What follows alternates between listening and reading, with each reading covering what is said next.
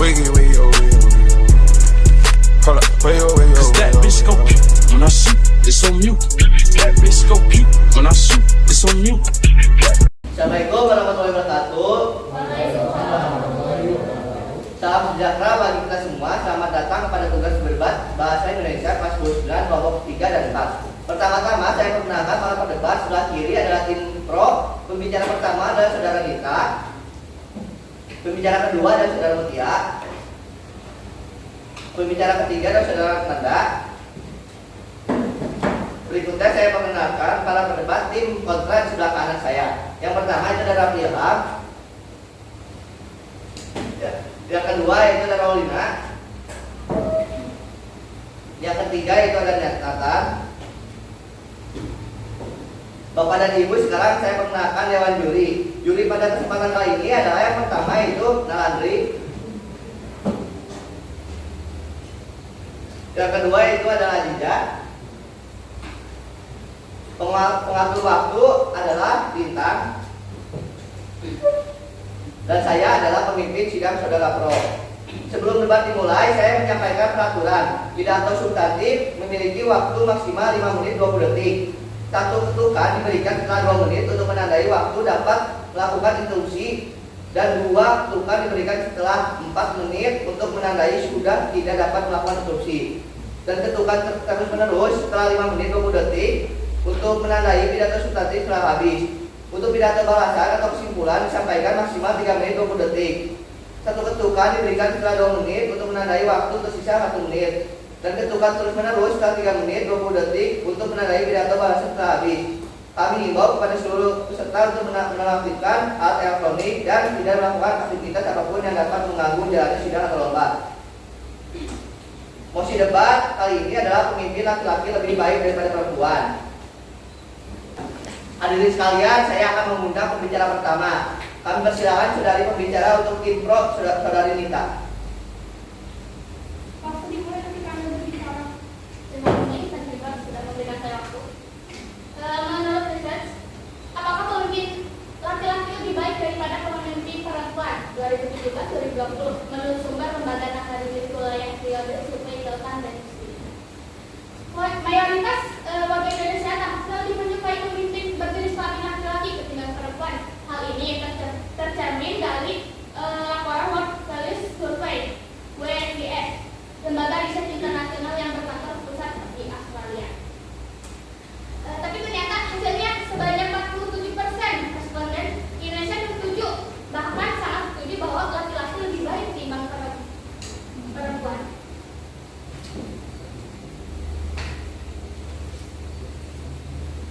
Survei ini menunjukkan bagaimana budaya patriarki yang menempatkan laki-laki sebagai pemegang kekuasaan utama masih mendominasi di Indonesia.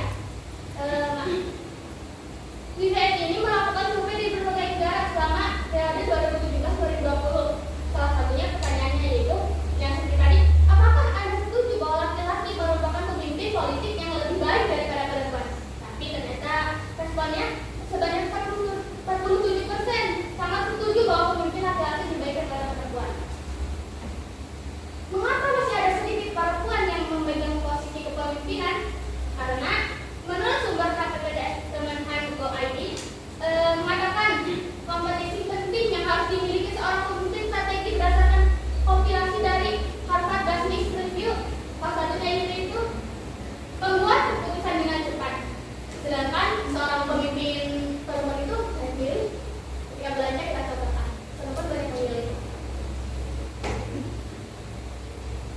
Strategis harus mampu membuat keputusan yang sulit sekaligus sangat cepat ketika dibutuhkan. Bahkan jika data yang diambil tidak cukup atau lengkap atau konkret dalam proses decision making, pemimpin di posisi strategi sudah harus lebih dulu memperhitungkan segala manfaat, pengorbanan, dan segala resikonya.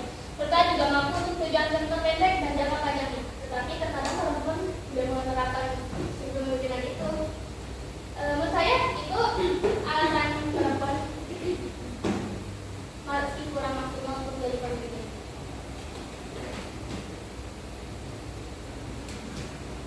Kita contohkan saja presiden di Indonesia berdasarkan urutan 1 sampai 7.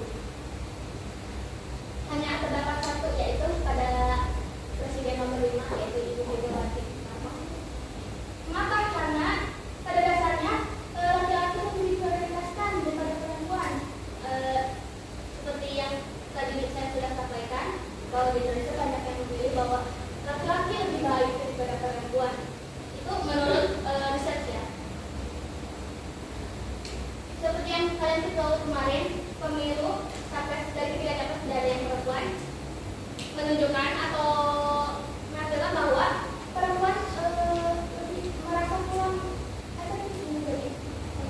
maksimal jadi pemimpin karena kita lihat saja berdasarkan KM kita ke-9 pemimpinnya itu laki-laki. Sebelumnya memang dari KM itu disebut 9 laki-laki. Akan tetapi banyak juga dari kelas lain KM ada perempuan. Contohnya juga dari KM 10, 6, 10, 5, 10, 8, 10, 11, 10, 12 itu KM ada perempuan. Di sana menunjukkan bahwa perempuan juga bisa memimpin, bukan hanya laki-laki. Mereka dipercaya bahwa bahkan sebenarnya tuh di kelas itu tuh banyak ada rata-rata laki-laki, tapi perempuan tersebut yang dipilih. Apakah itu menunjukkan bahwa perempuan juga layak menjadi seorang pemimpin? Dijawab bukan tidak bisa kurang efektif. Kamu bisa melakukannya sendiri karena 34 siswa atau 36 siswa itu susah. Jadi harus memiliki bahwa pemikiran laki-laki dan perempuan itu tidak pemimpin laki-laki itu lebih berani mengambil resiko. Perempuan banyak minumnya, banyak takutnya. Lalu laki-laki itu sana dulu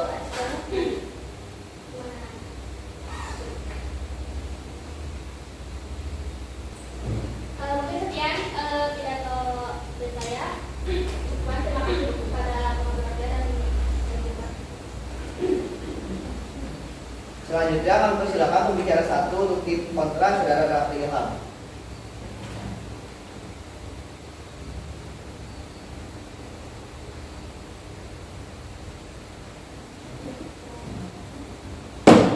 Sebelumnya terima kasih kepada Bapak dan Pak yang telah mengizinkan saya berbicara. Saya sangat tidak setuju kepada mosi ini. Pemimpin laki-laki lebih baik daripada pemimpin perempuan. Menurut saya, laki-laki perempuan juga berhak untuk memimpin. Dan menurut saya juga, laki-laki dan perempuan seharusnya memiliki hak yang sama dalam memimpin.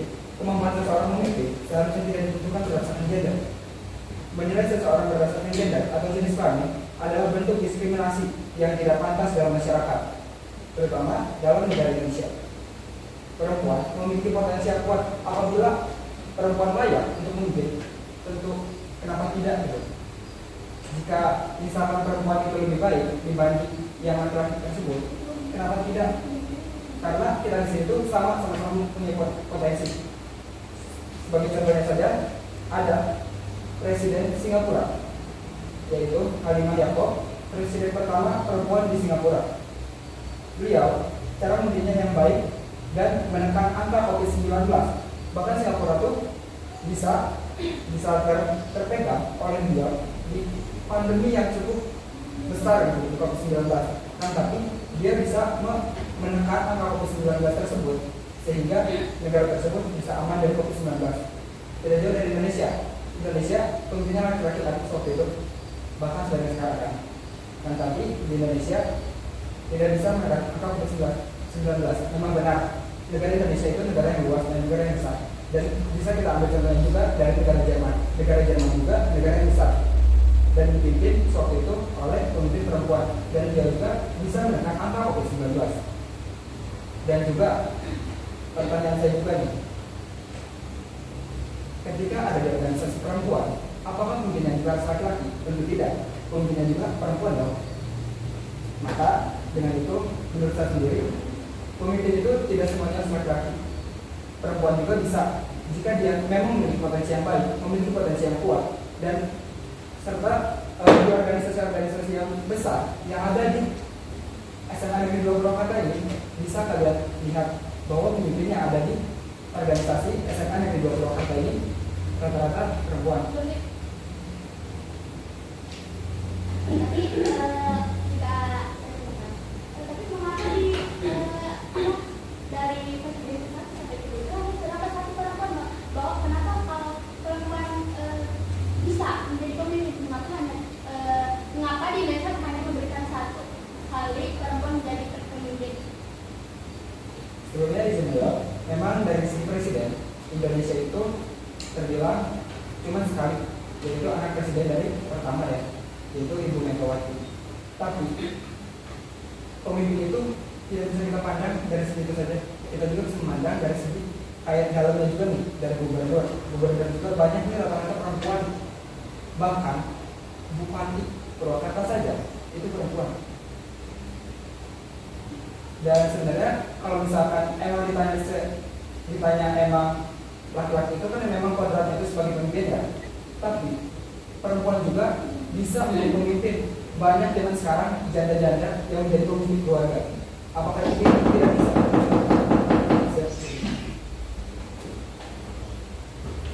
Selanjutnya kami mengundang pembicara kedua dari tim Pro.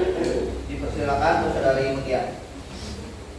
Terima kasih sudah memberikan kesempatan untuk berbicara. Saya akan memaparkan beberapa alasan kenapa pria diharuskan menjadi pemimpin. Yang pertama itu ada Tuhan telah membuka dia dengan kualitas kekuatan yang lebih besar. Sementara Tuhan menciptakan wanita lebih lemah, lebih lembut, dan lebih halus. Tuhan juga membuka pria dengan sifat yang lebih stabil dibanding sifat wanita karena sistem hormon mereka. Yang kedua, pria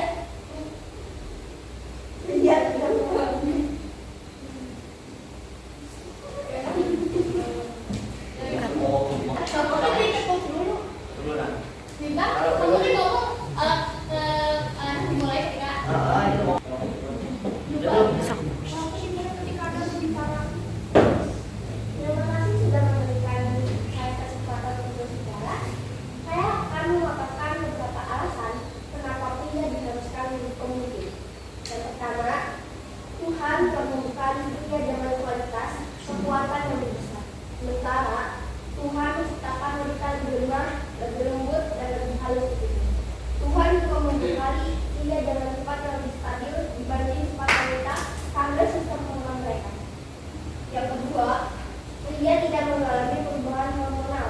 Sementara wanita terpengaruh oleh fluktuasi hormon yang mempengaruhi program menstruasi mereka. Hal ini menyebabkan mereka mengalami gangguan emosi yang mereka tidak bisa konsisten di wilayah mereka. Yang ketiga, Tuhan telah menugaskan pria menjadi pemerintah hak keluarga. Jika keluarga hancur, pria harus menanggung beban terberat dan terkait. Saya juga akan memaparkan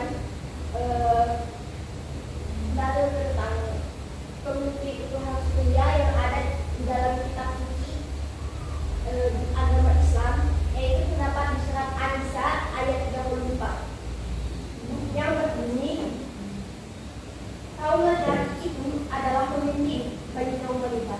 Hal itu karena Allah telah menentukan sebagian mereka, yaitu laki-laki, atas sebagian yang lain, yaitu wanita.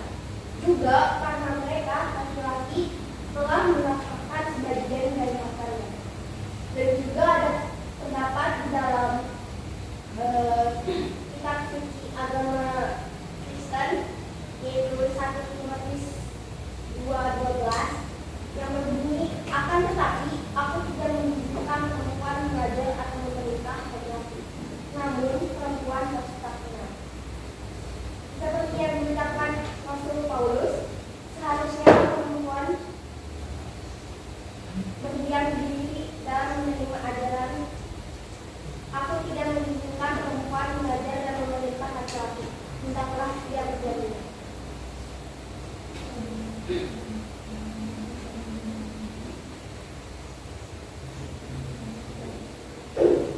Seperti contoh, dalam rumah tangga itu yang diprioritaskan adalah laki-laki, karena laki-laki itu adalah mencari nafkah dan tulang punggung keluarga. Sebagian besar laki-laki itu di dalam rumah tangga, laki-laki yang mencari nafkah, sedangkan perempuan itu hanya sebagai ibu rumah tangga yang mengurus anak-anak mereka atau mengurus rumah mereka. Meskipun ada beberapa perempuan yang bekerja, tapi pada dasarnya mereka ingin laki-laki menjadi tulang punggung mereka, pencari nafkah hak mereka. Sesuai ajaran di dalam agama Islam, yang harus dari nafkah itu adalah yang cukup. Terima kasih. Selanjutnya kami persilakan pembicara kedua untuk tim kontra, dipersilakan untuk saudari Raulina. Waktu dimulai ketika saya berbicara. Sebelumnya ibu berbicara, bisa dilihat dari di negara Indonesia banyak sekali perempuan yang bisa jadi pemimpin. Contohnya, Ibu Megawati menjadi Presiden kelima, Ibu Khofifah menjadi Gubernur Jawa Timur periode 2019 sampai 2024, Ambu Anda menjadi Bupati Purwakarta periode 2019 sampai 2024, Ibu Emma Sukmasi MPD pernah menjadi kepala sekolah di sekolah SMA Negeri 2 Purwakarta, Teh Lita yang menjadi ketua OSIS periode 2023 sampai 2024, Teh Elsa menjadi ketua MPK 2023 sampai 2024, bahkan wali kelas yang ada di SMA Negeri 2 Purwakarta rata-rata perempuan. Contohnya, Ibu Ati, Ibu Santi, Ibu Desi, Ibu Iis, Ibu Pungki, Ibu Neneng, Bu Elis, Bu Alia, Bu Ufi, dan lain-lain. Ketua kelas saja banyak yang memimpin kelasnya itu perempuan. Izin bertanya, apakah bukti-bukti tersebut tidak cukup untuk mengatakan bahwa perempuan dapat menjadi pemimpin? Izin menjawab. Apakah bukti-bukti yang sudah disebutkan tersebut memberikan fakta bahwa kinerja mereka bagus sebagai pemimpin perempuan? Seperti yang sudah dicontohkan Megawati, seperti yang sudah disebutkan, contoh pemimpin presiden, pemimpin negara ini adalah Megawati sebelumnya. Apakah kinerja dia itu bagus untuk dijadikan seorang pemimpin? Kalau untuk membahas tentang Ibu Megawati memang betul adanya. Kalau Ibu Megawati bisa dibilang kurang bagus dalam memimpin, namun kita tidak melihat Oleh karena itu, kenapa Megawati dijadikan pemimpin kalau misalkan kinerja dia aja udah bagus?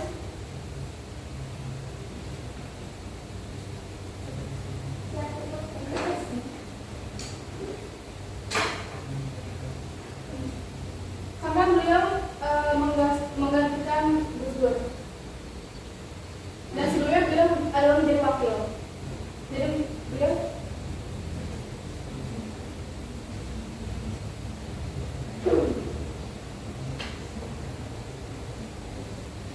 Ibu Megawati menjadi presiden karena Gus Dur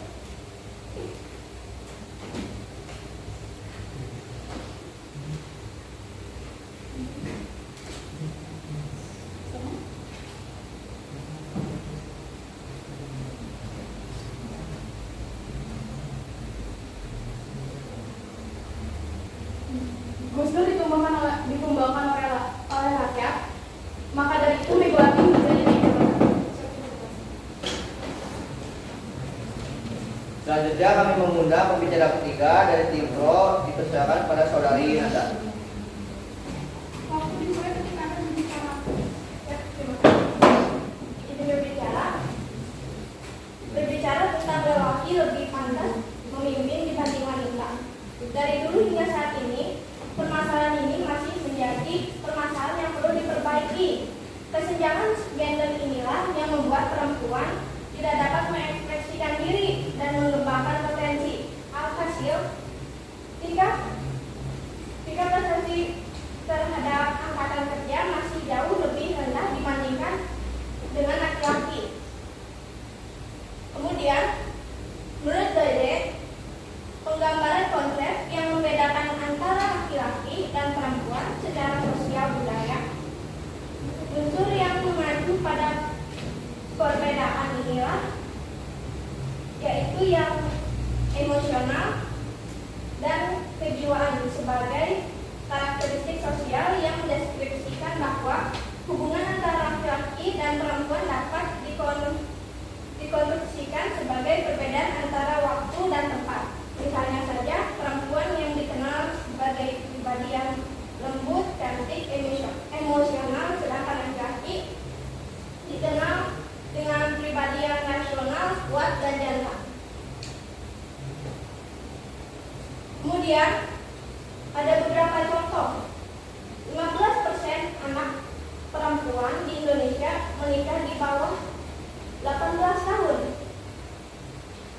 Itu yang menyebabkan efek bahwa bahaya untuk kesehatan mental 305 per 100 tahun. Kemudian tingkat kemiskinan makin besar karena kehilangan hak untuk sekolah yang membuat ekonomi menjadi lemah. Kemudian juga perempuan masih menjadi objek kekerasan rumah tangga dan pelecehan. Indonesia berada di posisi 85 dari 149 negara soal kesenjangan gender. Kemudian terdapat contoh juga, yaitu Presiden Indonesia yang kelima, yaitu Megawati. Kegagalan Megawati merupakan tindak terdapat survei yang mengatakan bahwa tingkat Mengapa Gus Dur ditumbangkan oleh MPR yang waktu itu menentukan presiden, lalu Ibu Megawati naik menjadi presiden? Ya cukup, terima kasih. Itu kan kata Anda itu kan Ibu Megawati.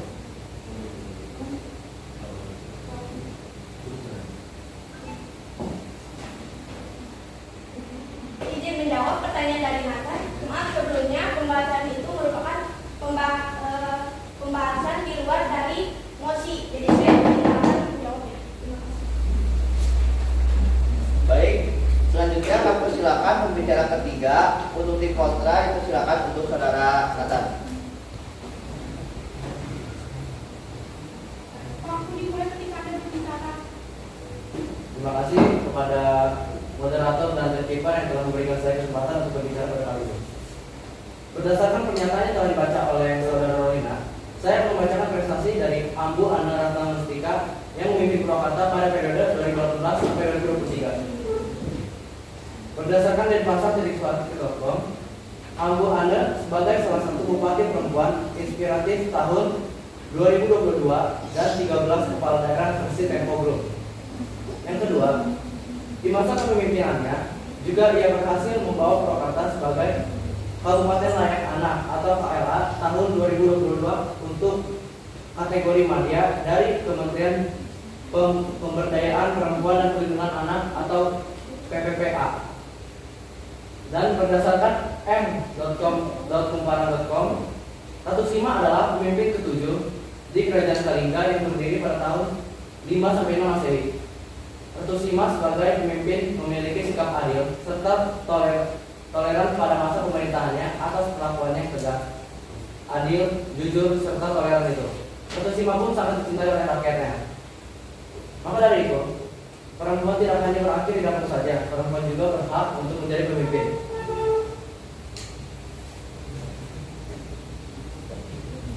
Dan juga saya akan membacakan suatu tadi Anda menjelaskan bahwa Ibu Megawati kurang baik dalam memimpin, akan tetapi Ibu Megawati dapat menjadi presiden karena di situ saja kita dapat pemimpin laki-laki tidak selamanya baik dalam hal memimpin.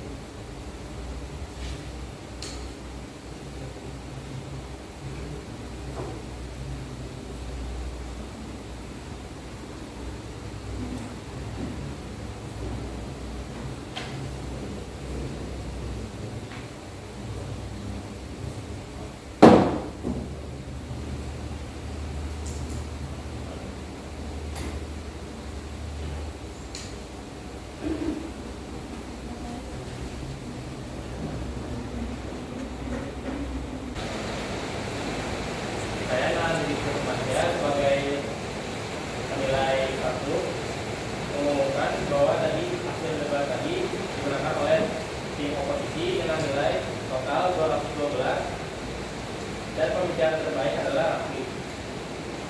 Sekian.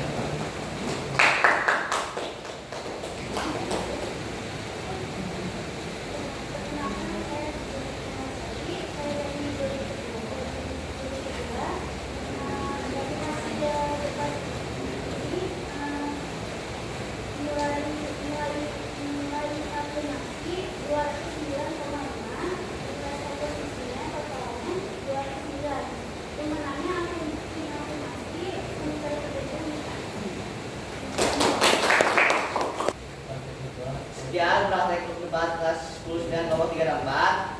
Mohon maaf jika ada kesalahan atau kekurangan dari kelompok 3 dan 4. Assalamualaikum.